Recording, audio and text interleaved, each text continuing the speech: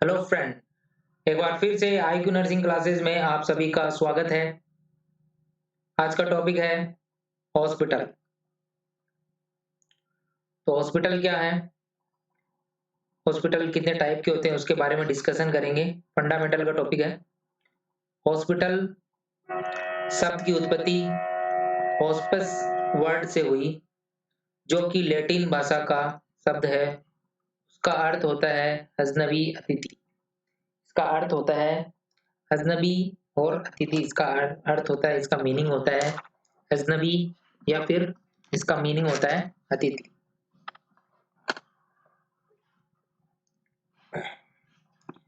तो इसकी डेफिनेशन है, इसकी जो डेफिनेशन है ये लैटिन भाषा से लिया गया है, जिस शब्द का मीन्स होता है अजनबी या अतिथि। डेफिनेशन डेफिनेशन हिंदी में हॉस्पिटल को अस्पताल कहते हैं।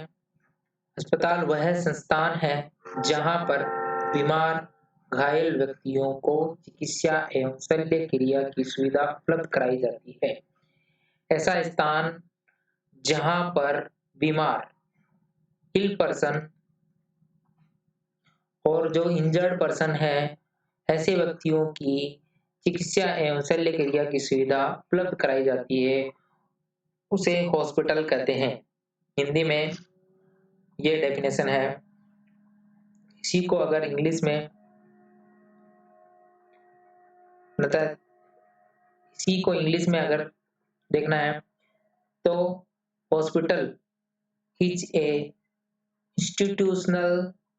इंस्टीट्यूशन यानी संस्थान where medical and surgical facility are provide to sick and injured person. यानी ऐसा संस्थान जहाँ पे medical and surgical facility provide की जाती है, उसे हॉस्पिटल कहते हैं। ये डेफिनेशन जो है इंग्लिश के अंदर है। ऐसा ऐसा इंस्टीट्यूट जहाँ पर medical and surgical facility provide की जाती है, किसी सिक पर्सन और इंजर्ड पर्सन को मेडिकल एंड सर्जिकल की सुविधा जो मिल जाती है, यानी जो मेडिसिन दे के ट्रीटमेंट किया जाता है और सर्जरी करके जो ऑपरेशन करके वगैरह सर्जरी करके भी जो ट्रीटमेंट फैसिलिटी प्रोवाइड की जाती है, उसे ही हॉस्पिटल कहते हैं। ऐसे जगह को हॉस्पिटल कहते हैं।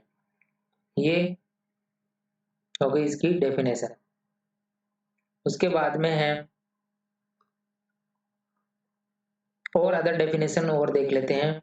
जो अदर डेफिनेशन है वो भी देख लेते हैं। हॉस्पिटल एक ऐसा इंस्टीट्यूट है जहां पर पर्सन व इंजर्ड पर्सन के लिए मेडिकल ट्रीटमेंट, सर्जिकल ट्रीटमेंट और नर्सिंग केयर प्रोवाइड की जाती है। अगर आपको मिक्स में एक डेफिनेशन लिखनी है अच्छी सी, तो हॉस्पिटल एक ऐसा इंस्टीट्यूट है जहां पर इल पर्सन यानी बीमार पर्सन और इंजर्ड पर्सन के लिए मेडिकल ट्रीटमेंट, सर्जिकल ट्रीटमेंट और नर्सिंग केयर प्रोवाइड की जाती है। उसे उसे क्या कहते हैं? उसे हॉस्पिटल कहते हैं। उसे हॉस्पिटल कहते हैं। उसे क्या कहते हैं? हॉस्पिटल कहते हैं।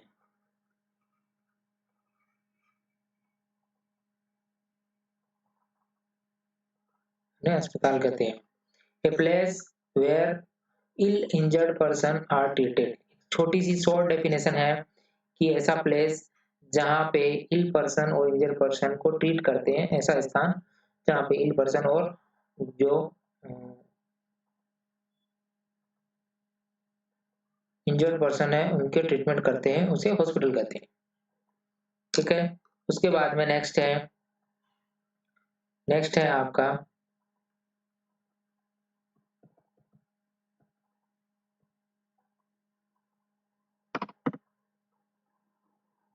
एक मिनट थोड़ा सा। हाँ, तो health care team in hospital. जो हेल्थ केयर टीम कौन कौन सी हॉस्पिटल के अंदर प्रेजेंट रहती है, कौन कौन सी हेल्थ केयर टीम है जो हॉस्पिटल के अंदर प्रेजेंट रहती है? हेल्थ टीम अस्पताल में स्वास्थ्य देखभाल दल, यानी हेल्थ केयर टीम कौन सी है, अस्पताल में स्वास्थ्य देखभाल का दल कौन सा है। सबसे पहला है फिजिशियन। फिजिशियन का हिंदी मीनिंग होता है चिकित्सक, चिकित्सक और नर्सिंग सुपरिटेंडेंट। जो पहला है फिजिशियन होता है हेल्थ केयर टीम के अंदर, जो सारी बीमारी को ट्रीट करता है। उसके बाद में नर्सिंग अधीक्षक हो सकता है, नर्सिंग सुपरिटेंडेंट को हिंदी में नर्सिंग अधीक्षक बोलते हैं। उसके बाद में वार्ड इंचार्ज होता है, जो वार्ड को संभालता है। उसके बाद में नर्सिंग स्टाफ, स्टाफ नर्स होता है, जो मेडिकल वार्ड, जो भी सर्जिकल वार्ड है उसके अंदर ट्रीटमेंट करता है। डाइटिशियन होता है, जो डाइट प्लान करके देता है पेशेंट को, डाइट प्लान करके देता है क्या क्या डाइट में लेना है। एएनएम होती है, जो मेडिसिन देने का काम करती है, वो भी पेशेंट केयर में हेल्प करती है। उसके बाद में फार्मासिस्ट होता है, जो मेडिसिन देता है, जो फार्मेसी से मेडिसिन देता है।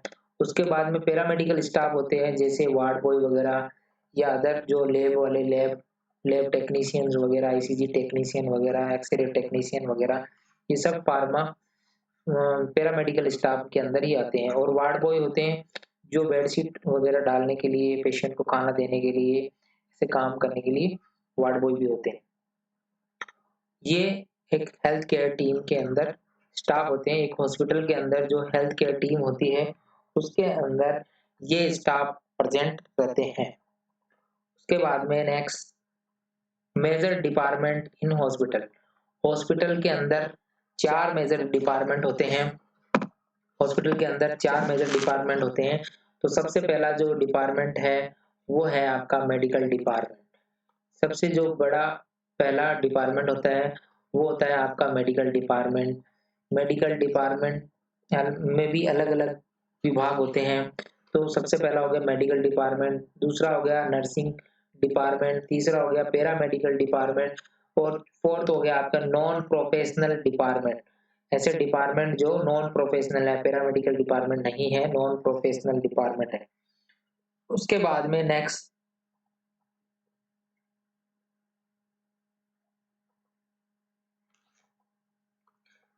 है आपका मेडिकल डिपार्टमेंट में क्या क्या आते हैं।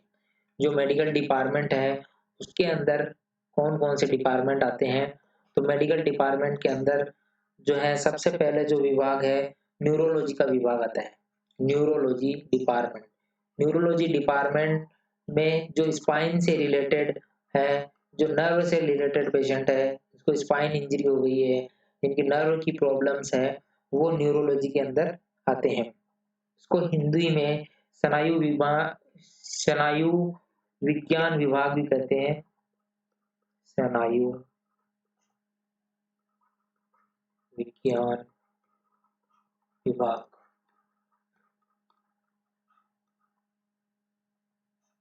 स्नायु विज्ञान विभाग भी कहते हैं।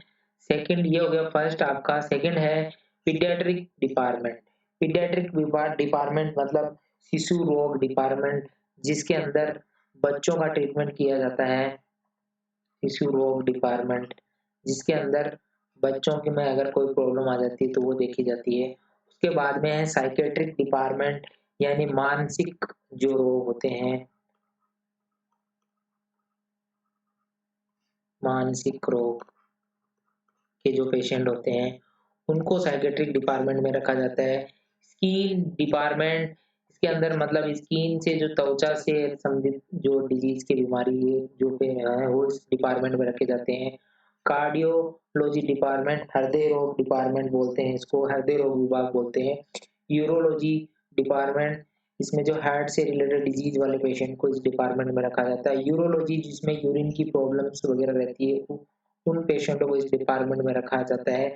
गायनोकोलॉजी डिपार्टमेंट, जिनको स्त्री रोग विशेष, स्त्री रोग डिपार्टमेंट है, जिसमें फीमेल को जो प्रॉब्लम्स होती है जो भी, वो इस डिपार्टमेंट में रखा जाता है। आई डिपार्टमेंट, जिनको आई की कोई प्रॉब्लम है वो आई विभाग में रखा जाता है। सर्जरी की कुछ सर्जरी डिपार्टमेंट होता है, जिसकी कोई सर्जरी हुई हुई हो तो उसको सर्जरी डिपार्टमेंट में रखा जाता है। ENT, ear nose throat, ENT department हो गया आपका ईयर नोज नाक कान गला।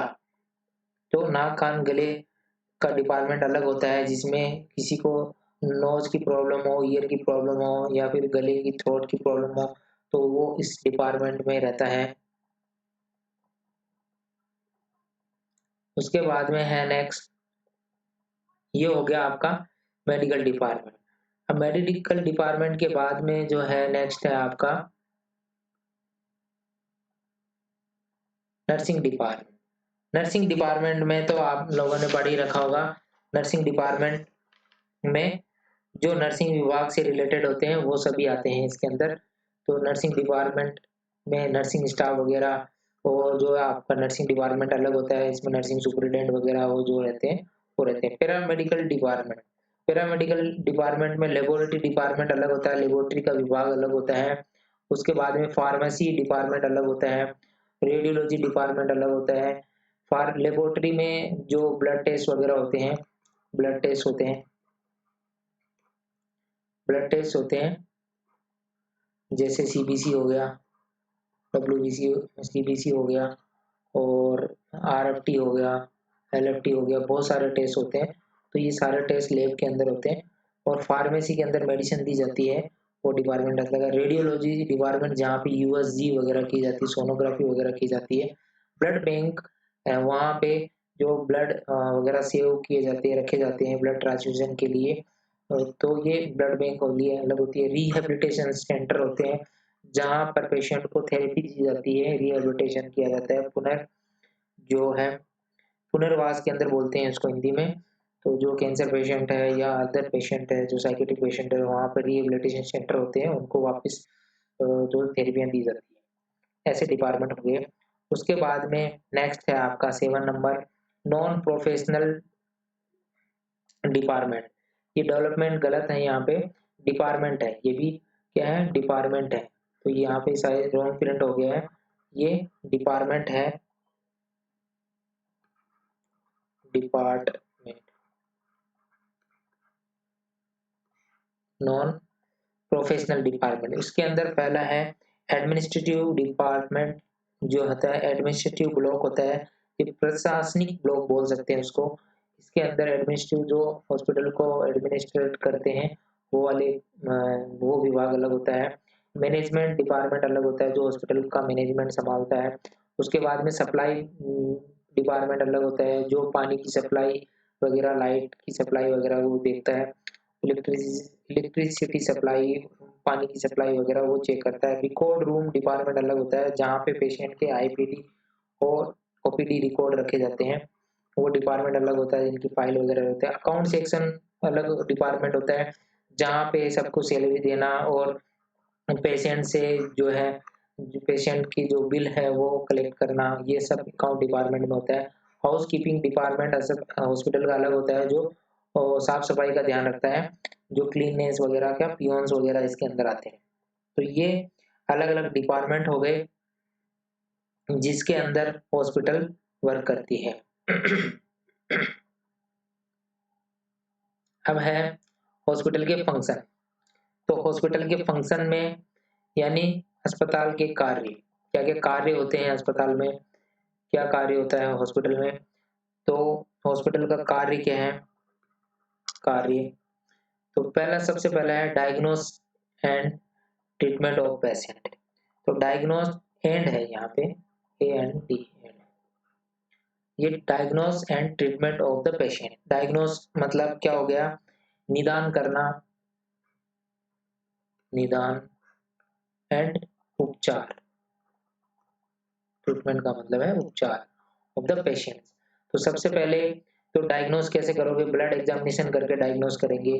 तो इसका जो लैब होता है वहाँ पे इसका ब्लड एग्जामिनेशन किया जाता है पेशेंट का।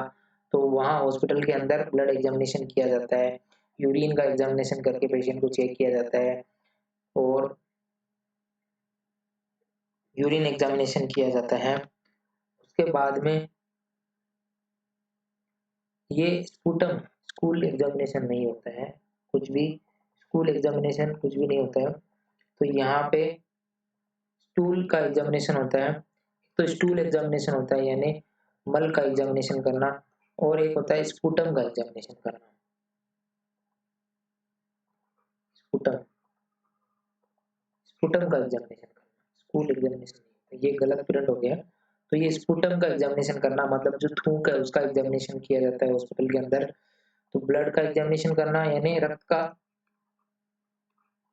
और यूरिन का, मतलब पेशाब का, और sputum test, stool test, X ray, sonography, physical examination. Physical examination के अंदर पूरी बॉडी का चेकअप किया जाता है, उसके वाइटल साइंस वगैरह चेक किए जाते हैं। वाइटल साइंस के अंदर आ जाते हैं TPR and BP। TPR BP वगैरह इसके अंदर हॉस्पिटल के अंदर चेक किए जाते हैं, यानी बॉडी का टेम्परेचर, पल्स, रेस्पिरेशन और ब्लड प्रेशर। तो जो बॉडी का टेम्परेचर होता है वो नॉर्मल कितना होता है, 98.6 फ़ारेनहाइट होता है। और जो पल्स होती है वो 60 to 100 बीट पर मिनट होती है। और जो रेस्पिरेशन होता है वो 16 से 20 ब्रेथ पर मिनट होता है। और जो बीपी होती है 120/80 mmOf/Sg होती है। तो ये नॉर्मल होती है, इसका एग्जामिनेशन किया जाता है। ये सब एग्जामिनेशन हॉस्पिटल के अंदर होते हैं। OPD IPD के अंदर, जैसे पेशेंट IPD में आता है तो IPD इन पेशेंट सर्विस और OPD आउट पेशेंट सर्विस। तो इन IPD के अंदर पेशेंट को एडमिट कर देते हैं और एडमिट करके उसका डायग्नोस करते हैं, ट्रीटमेंट करते हैं। और OPD में सीधा डायग्नोस करके सीधा ट्रीटमेंट दे देते हैं। कुछ OPD बेसिस में ब्लड इन्वेस्टिगेशन भी कर सकते हैं, इन्वेस्टिगेशन भी करते हैं, उसमें पेशेंट को एडमिट नहीं करते, भर्ती नहीं करते। ये उसके अंदर देखा जाता है। उसके बाद में ये तो हो गया फर्स्ट हॉस्पिटल का कार्य, diagnosis and treatment of the patient, diagnosis and treatment of the patient. उसके बाद में है नेक्स्ट, सेकंड है आपका, सेकंड है आपका maternal and child health services. Maternal and child health services इसके अंदर प्रोवाइड की जाती है, यानी mother care, maternal and child health services, यानी मातृ एंड शिशु स्वास्थ्य सेवाएं। मातृ एंड शिशु स्वास्थ्य सेवाएं।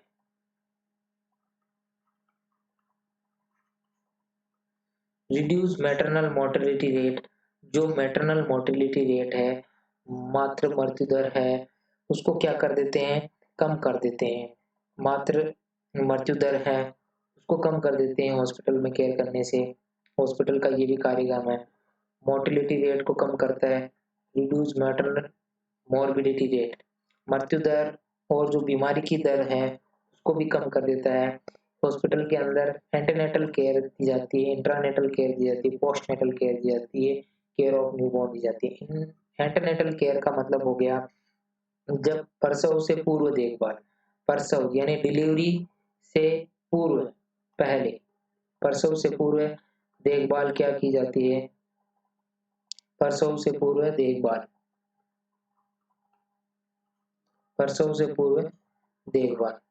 तो पर प्रेगनेंसी से पहले, मतलब जब प्रेग्नेंट हो जाती है मदर तो उसको क्या डाइट देनी चाहिए, कितने आयरन फोलिक एसिड की टेबलेट है वगैरह, उसका प्रॉपर चेकअप, उसका ब्लड डायग्नोसिस वगैरह सब हॉस्पिटल के अंदर रहते हैं। उसके बाद में इंट्रानेटल केयर, इंट्रानेटल केयर का मतलब हो गया during labour, during labour, labour का मतलब हो गया यहाँ पे मतलब प्रेगनेंसी के दौरान, ड्यूरिंग लेबर या प्रेगनेंसी के दौरान, प्रसव प्रक्रिया के दौरान जो केयर की जाती है वो इसके अंदर आती है इंट्रानेटल के अंदर। पोस्ट नेटल केयर वो आती है जो यानी प्रेगनेंसी के बाद में, डिलीवरी के बाद में, जब बेबी हो जाता है, बेबी होने के बाद में जो केयर की जाती है वो भी हॉस्पिटल के अंदर की जाती है। अब न्यूबॉर्न केयर, जो न्यूबॉर्न बच्चा जन्म होता है उसकी केयर भी हॉस्पिटल में की जाती है, उसका वेट वगैरह सब देखा जाता है, बच्चे को जो भी प्रॉब्लम है वो हॉस्पिटल में चेक की जाती है। जो भी प्रॉब्लम आई हॉस्पिटल के अंदर बेबी से रिलेटेड तो वो वहाँ पे देखी जाती है। उसके बाद में नेक्स्ट है तीसरा, फैमिली प्लानिंग सर्विसेज। हॉस्पिटल के अंदर फैमिली प्लानिंग सर्विसेज भी प्रोवाइड की जाती है। परिवार नियोजन सेवाएं, परिवार नियोजन, परिवार नियोजन सेवाएं।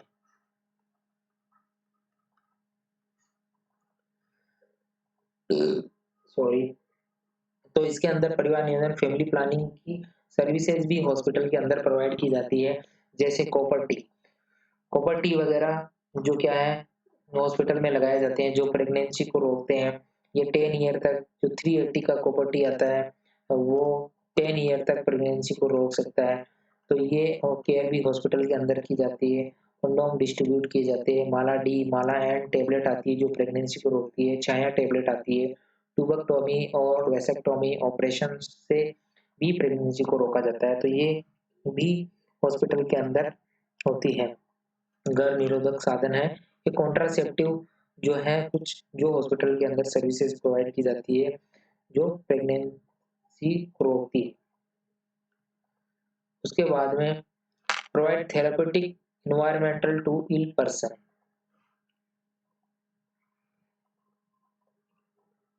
जो अस्वस्थ व्यक्ति के लिए उपचारात्मक वातावरण उपलब्ध कराना। अस्वस्थ व्यक्ति जो इल पर्सन व्यक्ति है, यानी जो व्यक्ति बीमार है, जो व्यक्ति बीमार है उसको भी यहाँ पे क्या की जाती है, केयर प्रोवाइड की जाती है जो इल पर्सन है। जैसे 5 राइट्स का ध्यान रखा जाता है। राइट्स जो होते हैं हमेशा उनका ध्यान रखा जाता है। तो इसके अंदर आता है राइट पेशेंट।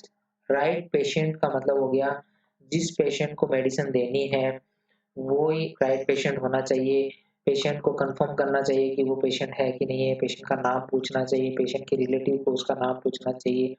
हाथ पे एक बैंड लगा होना चाहिए जिसके द्वारा आप तो उसको पता लगा सकते हो कि वो पेशेंट है। उसके बाद में जो डॉक्टर ने एडवाइस की है उसके अकॉर्डिंग टाइम पे जो मेडिसिन देनी है। अगर 8 AM का टाइम है तो उसको 8 AM पे देनी है। 10 AM का टाइम है तो 10 AM देनी है। टाइम के अकॉर्डिंग उसको मेडिसिन देनी है। ठीक है। उसके बाद में जो है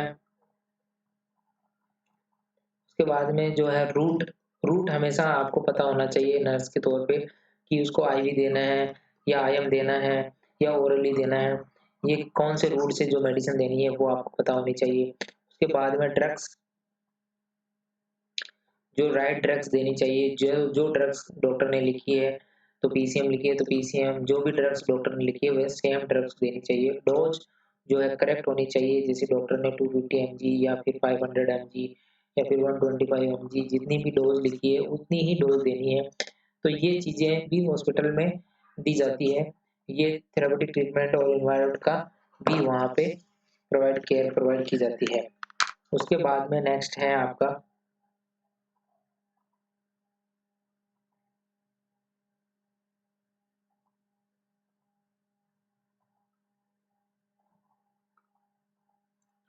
हाँ ये हो गया। उसके बाद में जो है to provide training to medical student, nursing student ETC as per syllabus. तो जो मेडिकल स्टूडेंट होते हैं, मेडिकल स्टूडेंट होते हैं तो उनको ट्रेनिंग प्रोवाइड की जाती है student ETC as per syllabus. Medical छात्र, नर्सिंग छात्र को आदि को पाठ्यक्रम के अनुसार सिलेबस के अनुसार क्या परीक्षण देना, यानी उसे ट्रेनिंग देना, परीक्षण देना, ट्रेनिंग देना। जो मेडिकल स्टूडेंट होते हैं या नर्सिंग स्टूडेंट होते हैं उनको पाठ्यक्रम के अनुसार दो हॉस्पिटल में जो है ट्रेनिंग दी जाती है। तो मेडिकल कॉलेज होते हैं जो मेडिकल MBBS वगैरह उसी से करते हैं और वहाँ पे उनको ट्रेनिंग दी जाती है। BSc नर्सिंग कॉलेज होते हैं जिनको नर्सिंग करवाई जाती है वो भी हॉस्पिटल के अंदर उनको ट्रेनिंग दी जाती है। GNM स्टूडेंटों को भी GNM कॉलेज होते हैं उनको भी हॉस्पिटल में ट्रेनिंग दी जाती है। NM कॉलेज को दी जाती है। फार्मेसी वाले होते हैं जो फार्मेसी में काम करते हैं उनको भी हॉस्पिटल के अंदर ट्रेनिंग दी जाती है। तो ये अलग अलग जो सेंटर्स हैं उनको यहाँ पे कॉलेजेस को हॉस्पिटल के अंदर ही ट्रेनिंग दी जाती है सारे जो है। उसके बाद में नेक्स्ट है इम्यूनाइजेशन सर्विसेज। जो इम्यूनाइजेशन सर्विसेज है वो भी हाँ हॉस्पिटल के अंदर प्रोवाइड की जाती है। तो जो इम्यूनाइजेशन की क्लास है आप मेरे इसी चैनल पे आप देख सकते हो पूरी इम्यूनाइजेशन की क्लास कब कौन सी वैक्सीन लगती है। तो BCG vaccine, polio vaccine, hepatitis vaccine, DPT vaccine, measles vaccine, TT vaccine ये कब कब लगाई जाती है ये मेरी क्लास में देख सकते हो आप। ये मैंने डिटेल में बताया। तो ये सारी सर्विसेज हॉस्पिटल के अंदर प्रोवाइड की जाती है। BCG वैक्सीन एट बर्थ लगती है, 0.5 ml लगती है, लेफ्ट आर्म पे लगती है, इंट्राडर्मल लगती है। ये सारी चीजें मैंने क्लास में पढ़ा चुका हूँ। और पोलियो की वैक्सीन 0, 6, 10 और 14 वीक पे लगती है। ओरली लगती है, ओरली दी जाती है, 2 ड्रॉप दी जाती है। तो ये सब मैं पढ़ा चुका हूँ, आप वहाँ पे देख सकते हैं। हेपेटाइटिस की भी 0, 6, 10, 14 वीक में लगता है और आईएम लगता है, ठीक है। डीपीटी का भी आईएम लगता है। उसके बाद मेजल का सबक्यूट लगता है, टिटनेस का भी आईएम लगता है। ये कब कब लगते हैं आप मेरी क्लास में जाके देख सकते हो। ये सारी सर्विसेज हॉस्पिटल के अंदर प्रोवाइड की जाती है। उसके बाद में नेक्स्ट है implementation of national health programme. जो नेशनल हेल्थ प्रोग्राम होते हैं वो भी हॉस्पिटल के अंदर प्रोग्राम किए जाते हैं। नेशनल हेल्थ प्रोग्राम जो राष्ट्रीय स्वास्थ्य कार्यक्रम का भी क्रियान्वयन कहाँ हॉस्पिटल के अंदर किए जाते हैं। जो नेशनल हेल्थ राष्ट्रीय स्वास्थ्य कार्यक्रम होते हैं, जैसे फर्स्ट एड्स कंट्रोल प्रोग्राम हो गया, एड्स कंट्रोल प्रोग्राम है, टीबी कंट्रोल प्रोग्राम हो गया, पोलियो कंट्रोल प्रोग्राम हो गया। ऐसे बहुत सारे प्रोग्राम्स हैं जो हॉस्पिटल के अंदर किए जाते हैं और उनको कंट्रोल करने के लिए कोशिश की जाती है। तंबाकू कंट्रोल प्रोग्राम, ऐसे बहुत सारे प्रोग्राम हैं जो हॉस्पिटल के अंदर प्रोवाइड की जाते हैं। उसके बाद में हेल्थ रिलेटेड रिसर्च जो हॉस्पिटल के अंदर है, जो हेल्थ से संबंधित जो है रिसर्च की जाती है। जैसे कोई बीमार हो गया तो नई नई जो रिसर्च की जाती है, जैसे कोविड पे रिसर्च चली थी, ऐसी बहुत सारी रिसर्च वगैरह हॉस्पिटल के अंदर ही की जाती है नई नई बीमारियों के लिए। उसके बाद में रेफरल सर्विसेज, जो एक पेशेंट को दूसरे हॉस्पिटल में रेफर किया जाता है, जैसे सब सेंटर से पीएससी पर रेफर किया जाता है, पीएससी से सीएससी पे रेफर किया जाता है, यानी कम्युनिटी हेल्थ सेंटर रेफर किया जाता है, प्राइमरी हेल्थ सेंटर और सब सेंटर, तो फिर सब सेंटर से डिस्ट्रिक्ट हॉस्पिटल में रेफर किया जाता है। तो जैसे जैसे पेशेंट सीरियस है या फिर उसकी कंडीशन के हिसाब से आगे रेफर किया जाता है और डिस्ट्रिक्ट हॉस्पिटल मेडिकल कॉलेज में रेफर करते हैं। तो ये हॉस्पिटल में रेफर सर्विसेज भी प्रोवाइड की जाती है। और एक रिहेबिलिटेशन सर्विसेज जहाँ पे पेशेंटों को थेरेपी दी जाती है, जहाँ पे पेशेंटों को आवश्यकता के अनुसार कुछ थेरेपियाँ दी जाती है, एडजस्टमेंट को बढ़ावा दिया जाता है, उनकी डेली रूटीन को कैसे एडजस्ट करना है वो भी सिखाया जाता है। तो जो 10वां पॉइंट है वो आपका रिहेबिलिटेशन हो सकता है, जो है रिहेबिलिटेशन